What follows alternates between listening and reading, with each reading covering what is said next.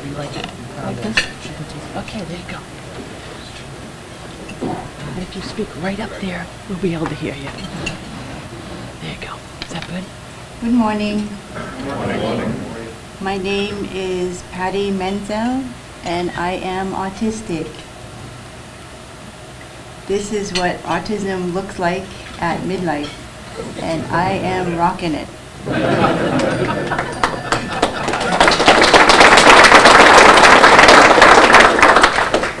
My autism brings me many strengths and some challenges. One of the challenges with my autism is wandering. Autistic adults as well as autistic children wander. When an autistic person wanders, it's different than when a neurotypical person goes for a walk, because at that time our state of mind is not very clear. We're kind of in a heavy-limbed brain fog kind of condition, and we're walking to soothe ourselves, but we're not very aware. And that means we're not very aware of danger. We can end up in traffic, or we can end up in water, and that's what happened to me. I ended up in a stream. And I thought maybe I'd better learn to swim. So I contacted Noreen Foley at the Pleasant Street YMCA, and I asked her 2 questions. I asked her if she would be willing to teach an autistic adult, and if I would be able to afford to learn to swim on my small income. And I wasn't sure if she would be willing to teach me because I learn differently. I process things differently, and I'm challenged with communication, both in my receptive communication and in my expressive communication. Plus, I have some behavioral challenges, so I'm a handful. But Noreen agreed to teach me, and I was very happy. And she also told me that I would be able to afford to learn to swim, thanks to the Best Friends campaign and the WISE Membership for All program. And I was very grateful. And so my lessons began with Noreen in private. And that was very, very exciting, but also very difficult, because an autistic person is a sensory being. What that means is that we don't really have the same filter a neurotypical person would have for sensory stuff, like the lights on the pool were too bright. The smell of the chlorine was too intense for me. The sounds of the other people swimming and taking a class was very overwhelming for me. So I had a lot of challenges to start with. And I also had trouble getting the parts of the swim to come together. And we began with just putting my face in the water and blowing bubbles. This was in September. But my body was very uncoordinated as I tried to get the parts of my swim form to happen. It really wasn't happening. So I kept working on it. And then I decided to practice once a week. And that gave me 2 times in the pool, once for lessons and once for practice. So I was getting a lot of activity. And you remember I said autistics are sensory beings. We have other senses besides hearing and tasting and seeing. We also have senses that involve motion. That's all people have that. But autistics seek out this type of sensory input that has to do with activity. We have a vestibular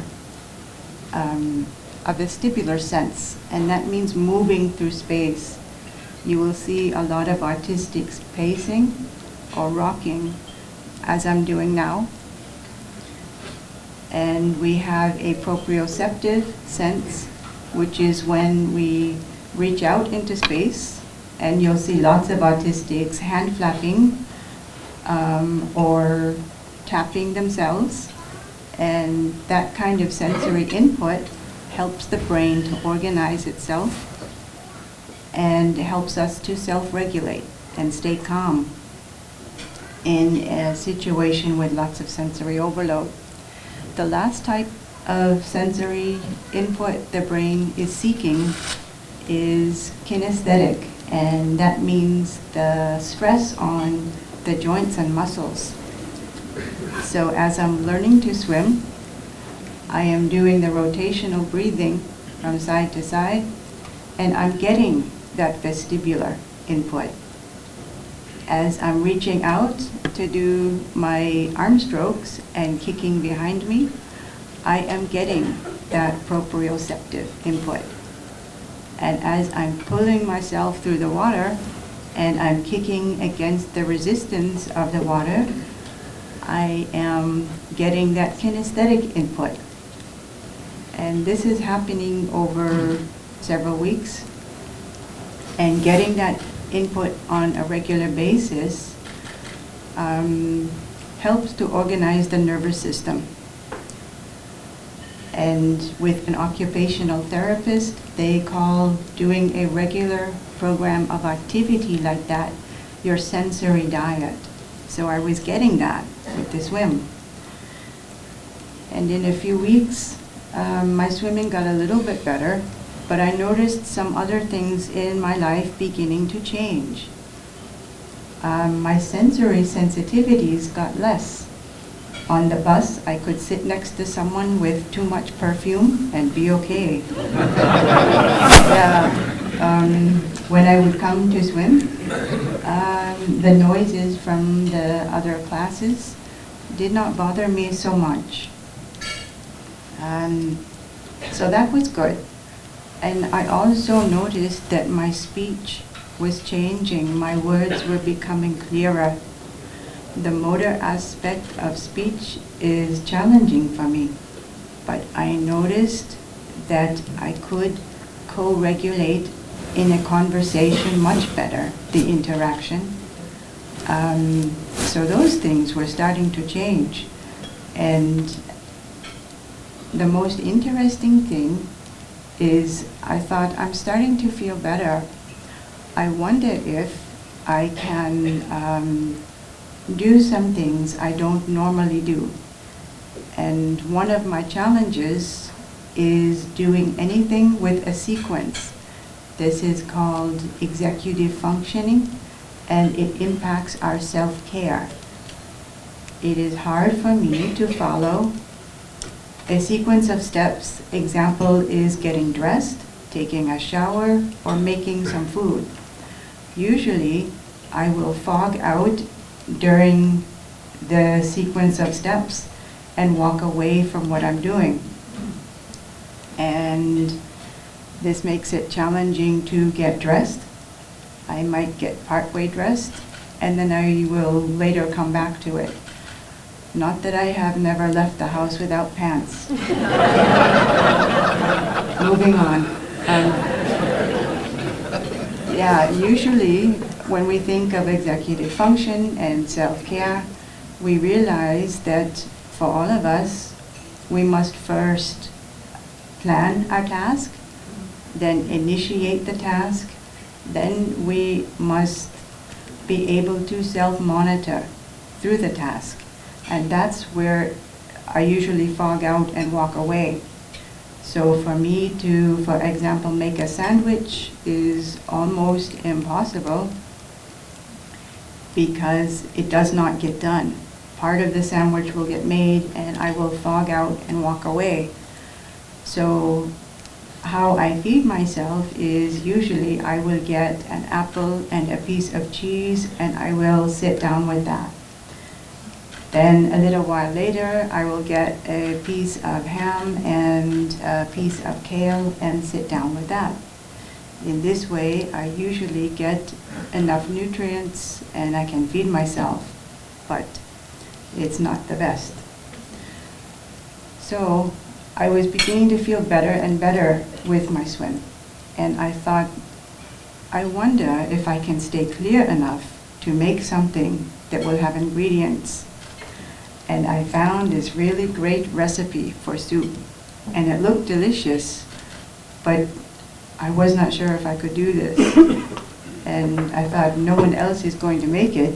So I thought, let me try.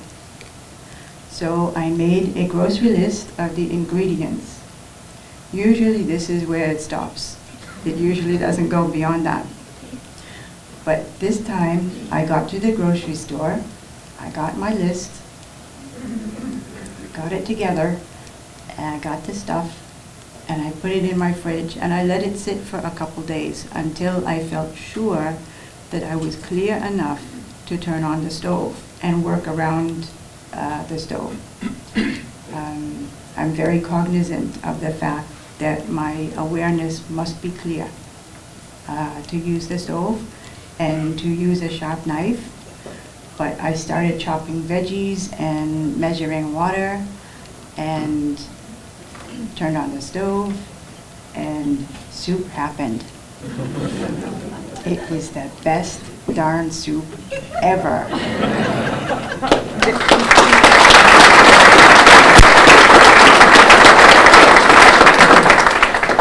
And my swim, well, that took a lot of practice, and I really had a good time working through my swim, and over time it got better.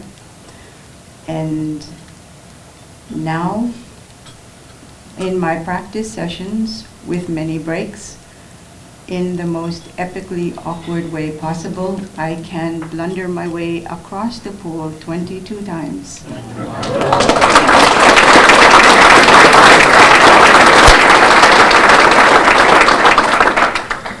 So I think it is wonderful that I came to learn about getting more safe, and my self-care improved, and I was able to take better care of myself due to the sensory input I was getting from the swim on a regular basis, which helped to organize my nervous system and made that soup possible. And none of this would be possible without the WISE Best Friends campaign and the Membership for All program. I'm very grateful. Thank you.